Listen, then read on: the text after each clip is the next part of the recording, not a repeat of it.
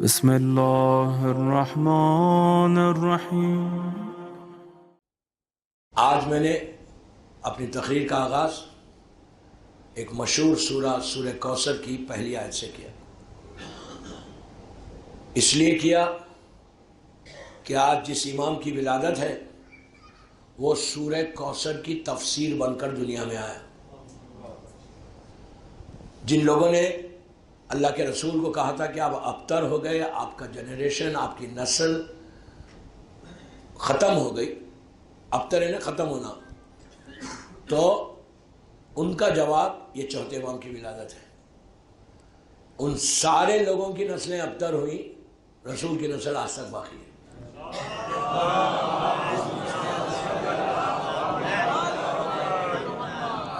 آج کوئی ابو جہل، ابو لہب کے جنریشن سے یا اس کی اولاد اگر کوئی ہے بھی تو کوئی یہ نہیں بولتا کہ میں ابو جہل کا بیٹا ہوں، میں ابو لہب کا بیٹا ہوں۔ ہے، اور ابو سفیان بھی تھے اس میں، انہوں نے بھی کہا تھا، تاریخ ہے، صحیح بخاری ہے، انہوں نے بھی کہا تھا کہ رسول کی نسل ختم ہو گئی، بیٹی پیدا ہوئی۔ آج اگر نسل ابو سفیان میں کوئی ہے بھی، ہے تو ضرور اس لیے کہ زیارت عاشورہ بول رہی، میں احتیاط سے بول رہا، زیارت عاشورہ بول رہی کہ وہ ہے، قیامت تک رہیں گے، لیکن کوئی فخر کے ساتھ نہیں بولتا کہ میں ابو سفیان کا بیٹا ہوں، کوئی نہیں بولتا۔ اس کے برعکس آج ہر پوری دنیا میں کہیں نہ کہیں اولاد رسول موجود ہے، اور صبح شام ان پہ درود بھیجا جاتا تھا۔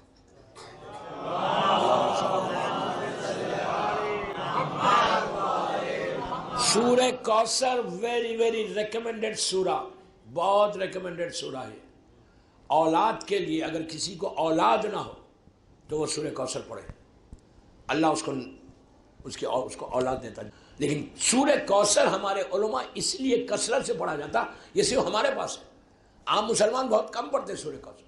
یہ سورہ بی بی سے منسوب ہے، اس میں اولاد فاطمہ کا ذکر ہے کہ اللہ کہہ رہا ہے کہ ہم نے تم کو کوثر عطا کیا، اسی لیے اولاد کے لیے، رزق کے لیے بہت اچھا ہے۔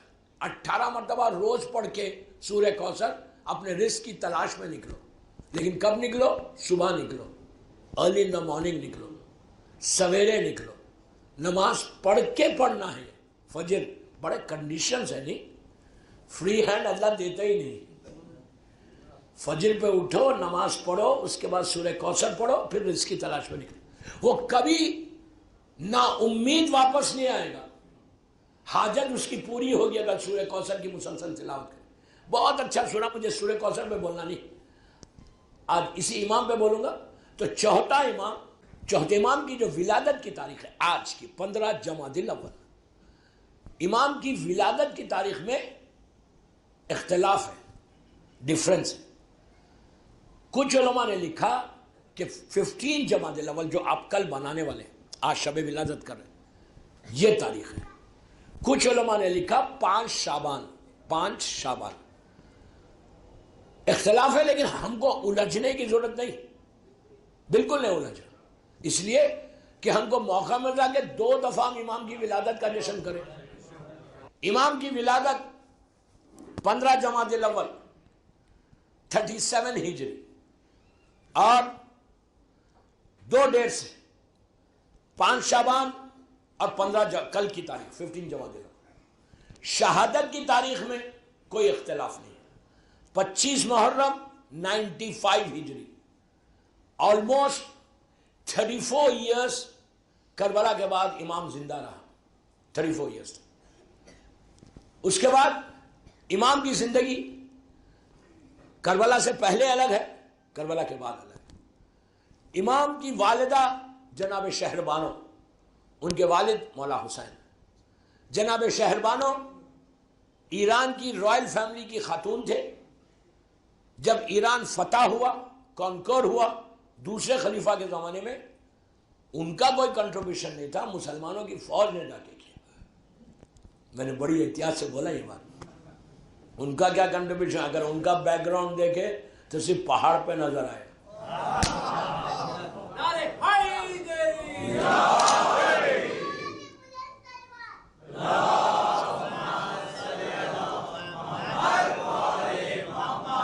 دوستو پھر آپ سے ریکویسٹ، پلیز قریب آ جاؤ یار، پلیز قریب آ جاؤ، صلوات پڑھ لو قریب. جتنی نزدیک آؤ گے اتنا اچھا برتھ ڈے گفٹ ملے گا.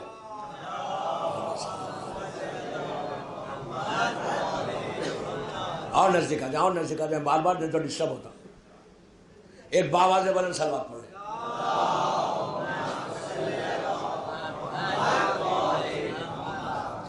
ایران جب کانکور ہوا، اسلامک حکومت آئی، تو وہاں سے یہ رائل فیملی آئی اور امام علی نے جناب شہربانوں کی شادی مولا حسین سے کی اور ان سے چوتھے امام پیدا ہوئے.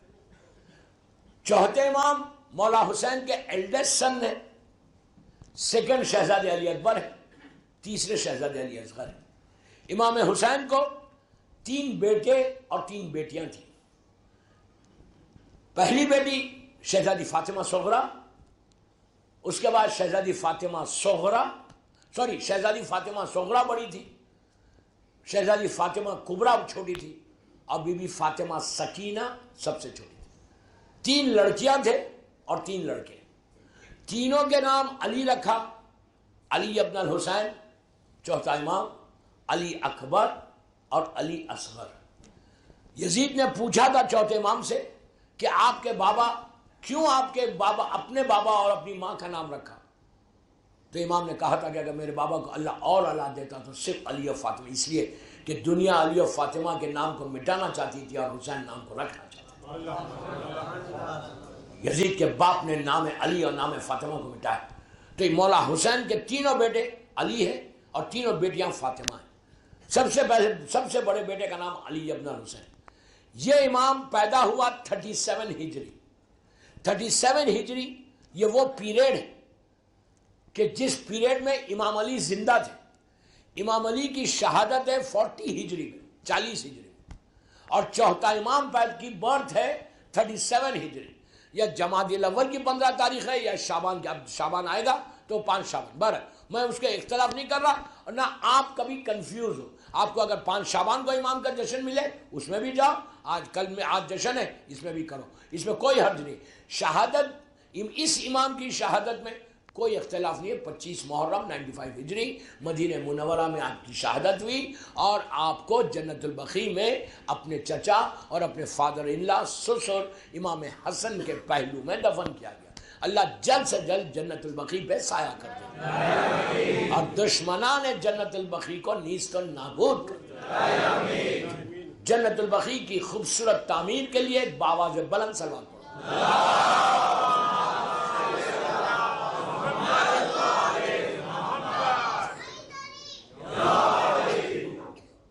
تو چوتھے امام 37 ہجری میں 15 جمادی الاول بول رہا، اس میں پیدا ہوئے. کہاں ہوئے؟ مدینے میں. مدینے میں ولادت ہے، امام علی کا زمانہ ہے. ایک روایت سے امام علی کوفے میں تھے. جب بھی کوئی بھی امام پیدا ہو اس کا نام دنیا میں رکھا نہیں جاتا، پہلے سے اللہ نے جو لوح محفوظ پہ رکھا وہی نام رکھا. عجیب بات یہ ہے کہ چوتھے امام کی ولادت کے بعد ان کا نام علی رکھا گیا.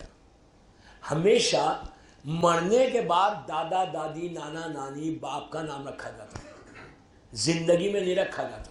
علی کے سامنے علی آیا تھا، سمجھ رہے؟ امام علی کے سامنے دوسرا علی آیا. یہ سلسلہ امامت کا، امام علی کا نام، علی نام، ہمارے 12 اماموں میں 4 اماموں کا نام علی ہے، 3 اماموں کا نام محمد ہے، 2 امام کا نام حسن ہے، اور موسیٰ، حسین، جعفر اور موسیٰ یہ نام ریپیٹ نہیں کیے گئے. صرف امام علی کا نام سب سے زیادہ ریپیٹ کیا گیا. پہلا امام علی، چوتھا امام علی، 8واں امام علی اور 10واں امام علی. اور حسن دوسرا امام اور 11واں امام. محمد 5ویں امام، 9ویں امام، اور ہمارے امام زمانہ اجل اللہ تعالیٰ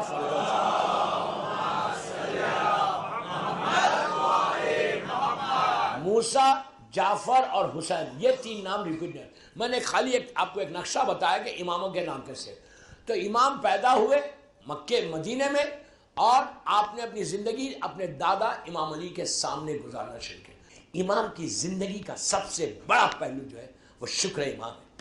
اتنا شکر ادا کرتے تھے کہ آپ کے جو پیشانی تھی، آپ کی یہ جو ہاتھ تھے، آپ کی یہ جو گھٹنے تھے، آپ کے یہ پیر، جو سجدوں کی جگہیں وہاں گٹھے پڑے ہوئے تھے، امام کو ایسا کاٹا جاتا تھا، ہاتھ یہ حصہ سجدہ کرتے کرتے یہ حصے سے کاٹتے تھے، گھٹنوں سے کاٹتے تھے اور پیر سے کاٹتے تھے، جو جو سجدے کے مقامات ہیں اور گٹھے پڑے ہوئے۔ جب امام کی کنیز سے شہادت کے بعد مدینے سے 10 یا 12 کلومیٹر یا 18 کلومیٹر کے ڈسٹینس کے اوپر ایک چھوٹا سا گاؤں تھا، وہاں کے لوگ آئے امام کا پرسے کے لیے، آ کے کنیز سے کہا کہ یہ امام کی خاص کنیز ہے۔ تو اس سے پوچھا کہ کیا تو امام کے بارے میں کچھ بتا سکتے ہیں؟ کہ یو ٹیل می کہ امام اپنی لائف کو سپینڈ کیسا کرتے تھے، ہاؤ یو یوز ٹو لیو۔ تو اس کنیز نے کہا میں تفصیل سے بتاؤں، ڈیٹیل میں بتاؤں یا شارٹ بتاؤں؟ تو ان لوگوں نے کہا کہ ڈیٹیل میں بتانے کی ضرورت نہیں، شارٹ بتا کہ امام نے زندگی گزاری کیسے۔ بعض روایتوں میں کہ اس نے 2 جملے بولے خالی، یہ لوگ گھبرا گئے، 2 words، صرف 2 جملے بولے۔ اس نے کہا میں نے کبھی رات میں بستر نہیں بچھایا، صبح میں چولہا نہیں سلگایا۔ تو ان لوگوں نے کہا کہ بستر سے چولہے سے کیا مطلب؟ کہا کبھی میرا امام رات میں بستر پہ سویا ہی نہیں، اور چولہا اس لیے نہیں سلگایا کہ کبھی امام سوائے ان دنوں کے جس میں دنوں میں روزہ حرام ہے ہمیشہ روزے سے رہے۔ اس امام کے بارے میں یہ ہے کہ آپ کا ایک باغ تھا، فارم ہاؤس، 500 درخت تھے اس باغ میں، 500، ہر جھاڑ کے قریب جا کے 2 لوگ اللہ کا شکر ادا کرتے، 500 سجدے یہ امام اکیلے کرتا تھا۔ سید الساجدین یوں نہیں کہلائے، ویسے ہمارا ہر امام سید الساجدین ہے، ہر امام زین العابدین ہے، عبادت کی زینت۔ لیکن عبادت صرف نماز نہیں ہے، امام کی پوری زندگی۔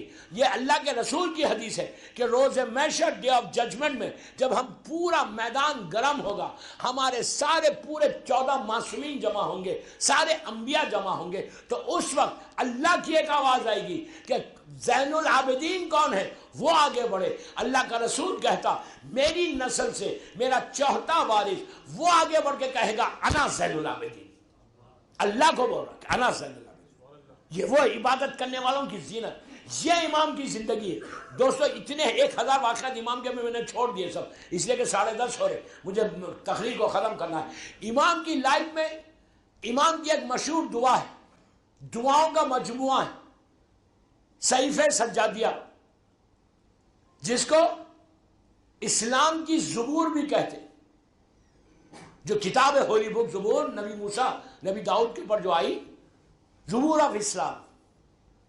میری خواہش یوتھ کو ہے، بڑوں کو نہیں۔ صحیفہ کاملہ انگلش میں بھی آ گئی، گجراتی میں بھی ہے، عربی میں مت پڑھو، انگلش میں پڑھو، گجراتی میں پڑھو یا اردو میں پڑھو۔ اگر تمہارے گھروں میں صحیفہ کاملہ ہے تو ڈرائنگ روم میں سجا کے مت رکھو، بلکہ اگر صحیفہ کاملہ ہے تو تم کو پھر کہیں جانے کی ضرورت ہی نہیں، کسی بابا کے پاس جانے کی ضروری نہیں، کہیں مت جاؤ۔ صحیفہ کا امام نے 34 ایئرس 34 سال کربلا کے بعد دعاؤں کے ذریعے پروپوگیشن آف امام حسین کے ٹیچنگز کا کیا ہے۔ کربلا کو جو پھیلایا ہے امام نے 34 برس تک، یزید کی وہ ظالم حکومت، بنی امیہ کی حکومت میں کہ تلوار ہمیشہ گردن پہ، امام نے وہ کام کیا کہ 34 برس کربلا کو پروپوگیٹ کیا، صرف دعاؤں کے ذریعے، عبادتوں کے ذریعے لوگوں کو قریب کیا، کہ اتنے ظلم کے بعد بھی اس امام کا یہ عالم، پوری زندگی امام نے کربلا کی اتنی مصیبتیں، کوفہ اور شام کی اتنی مصیبتیں، کہیں بھی کوئی بتائے مجھے کہ امام نے ایک جملہ شکوے کا کیا ہو اللہ سے، کوئی کمپلین کی ہو اللہ سے کہ پروردگار پروردگار میں تو اتنی عبادت کرتا پھر یہ کیوں؟ افسوس یہی بول رہا، آج ہم امام کے چاہنے والے ہیں، اللہ جب امتحان لیتا تو بڑے افسوس کے ساتھ کہتے کہ ارے یار میں تو اتنی عبادت کر رہا، یہ مصیبت میرے پاس کیوں ہے؟ امام سے بڑی کسی کی مصیبت ہے؟ امام سے بڑا مقدس پائس انسان کوئی ہے؟ یہ ہے چوتھا امام۔ اور آخری ایک دعا دیتا، مفاتیح الجناں شیخ عباس خمی کی، پیج نمبر 107، اس میں لیفٹ سائڈ کے اوپر مشہور چوتھے امام کی دعا ہے، میں نے بھی کئی مرتبہ پڑھی، ایک پہ ایک ہے، یہ مجرب عمل چوتھے امام کا۔ مفاتیح پیج نمبر 107، لیفٹ سائڈ کے اوپر یہ دعا ہے، 5 یا 5.5 لائن کی ہے، 100 مرتبہ پڑھنا ہے۔ میں نے بینڈرا میں بولا لیکن ڈیٹیل نہیں بولا، یا ڈیٹیل بول رہا، 100 ٹائم الہی الہی کیفا، وہ والی دعا، شروع الہی الہی سے ہوتا۔ یہ وہ دعا ہے دوستو کہ میں ممبر سے بول رہا، زاخانے میں بول رہا، تم پڑھو یہ دعا، میں آگے کچھ نہیں بولتا۔ اگر تمہارے سامنے کوئی امپاسبل ٹاسک بھی ہے، پہاڑ بھی ہے، کسی میں ڈفرنسز ہے، تو ساری چیزیں امام کے، اور اس میں شرط کیا ہے؟ 2 رکعت نماز پڑھنا پہلے حاجت کی چوتھے امام سے، بالکل فجر کی نماز کی طرح، سورہ کوثر اور سورہ خل کے ساتھ۔ نماز کے بعد تسبیح پڑھنا، بیوی کی تسبیح پڑھ کے، یہ بیک 1 گھنٹے کا عمل ہے، 1 گھنٹہ 1.25 گھنٹہ لگے گا، 5.5 لائن ہے یا 4.5 لائن ہے، 100 مرتبہ پڑھنا ہے۔ ہاتھ میں تسبیح لے لو، یہ عمل کرو۔ کسی کا ویزے کا پرابلم ہے، رسک کا پرابلم ہے، بزنس کا پرابلم ہے، جاب کا پرابلم ہے، شادی کا پرابلم ہے، بیمار ہے، علاج نہیں ہو رہا، مطلب میں کیا بولوں آپ کو، آپ مفاتیح میں دیکھ لو، میں نے نمبر بھی دیا پیج کا، کتاب کا ریفرنس بھی دیا، اور چوتھے امام کی یہ مخصوص دعا ہے کہ میں راوی نے جو لکھا وہ میں نہیں بول رہا، آپ پڑھیں گے تو آپ کو خود پتہ چلے، انگلش میں بھی دیکھ لو، عربی میں بھی دیکھ لو، اردو میں بھی دیکھ لو، ذیشان حیدر جوادی کی کتاب میں بھی دیکھ لو، اور اختر عباس صاحب نے جو ٹرانسلیشن کیا اس کے پیج نمبر 107 پہ میں بول رہا ہوں۔ چوتھے امام کی یہ دعا مشہور عمل ہے چوتھے امام کا، یہ کرو، یہ کرنے کے بعد تم کوئی چیز کے لیے یہ عمل کرو، ایکسٹرا آرڈنری عمل ہر چیز کے لیے یہ امام نے دیا ہے یہ۔ اور امام کی وہ دعا ضرور پڑھنا، میں ہمیشہ ریفرنس دیتا ہوں اس دعا کا، یہ دعا صرف رمضان میں پڑھنے کے لیے، یہ دعا آپ کبھی بھی پڑھ سکتے ہیں، جیسا دعا کمیل ہے نا، کمیل ابن زیاد کی، یہ دعا اس کے راوی کا نام ہے ابو حمزہ سمانی۔ میری ریکویسٹ ہے یوتھ کو، بڑوں کو نہیں، دعا کا ترجمہ پڑھو، ٹرانسلیشن پڑھو۔ دعائے ابو حمزہ سمانی موسٹ ریکمینڈڈ دعا ان ماہ رمضان، رمضان کی سب سے زیادہ ریکمینڈڈ دعا۔ جیسا جمعرات کو تم دعائے کمیل ریلیجیسلی پڑھتے ہو، دعائے ابو حمزہ سمانی تم ایوری فرائیڈے پڑھو۔ چوتھے امام کی دعا، کل چوتھے امام کا دن ہے، کل جمعہ ہے، ولادت بھی جمعے کو ہوئی تھی، کل بھی جمعہ ہے، آپ کل دعائے ابو حمزہ سمانی پڑھو، لیکن عربی میں نہیں پڑھنا، گجراتی میں پڑھو، انگلش میں پڑھو یا اردو میں پڑھو۔ میں ممبر سے بول رہا، یقین سے بول رہا، اگر تم پورا دماغ کو کھول کے، اپنے کاروبار کو ہٹا کے، اپنے بزنس کو ہٹا کے، صرف کنسنٹریٹ کر کے اگر وہ دعا پڑھو، تمہاری آنکھوں میں آنسو، تم تڑپ تڑپ کے رو گے وہ دعا پڑھنے کی۔ یہ ایسی دعا ہے امام کی، پورا امام نے ایک لائف کے اسکیچ کو کھول دیا، چوتھے امام کی زبان سے نکلے ہوئے جملے، تو آپ اندازہ لگاؤ امام کے نکلے ہوئے جملے میں اثر کتنا ہوگا، پاور کتنا ہوگا۔ اس کے بعد تم مانگو گے امام کے جملوں کے بعد، امام کے ورڈز کے بعد، تو کیا تمہاری دعا رد ہوگی؟ دعائے ابو حمزہ سمانی، رمضان کی دعا، ہر کتاب میں آپ کو ملے گی یہ دعا، 18 مرتبہ، بہترین تحفہ، تم دے کے دیکھو۔ آج شب میلاد گھر جا کے تو بھائی یہاں نہیں، یہاں 3 دفعہ دینا، 18 ٹائمز سلوات پڑھ کے امام کو تحفہ دے دو، یہ اس سے بہتر کوئی تحفہ نہیں تھا امام کو۔ یہ یہاں 3 دفعہ دیا، یہ قبولیت جشن کا تحفہ تھا. مولا کو ہم آئے، تحفہ تو دیا، اب یہ اتنا کریم گھرانہ ہے، لے کے فوراً واپس بھی کر دیتا، اور جب دیتا تو غیر حساب عطا کرتا.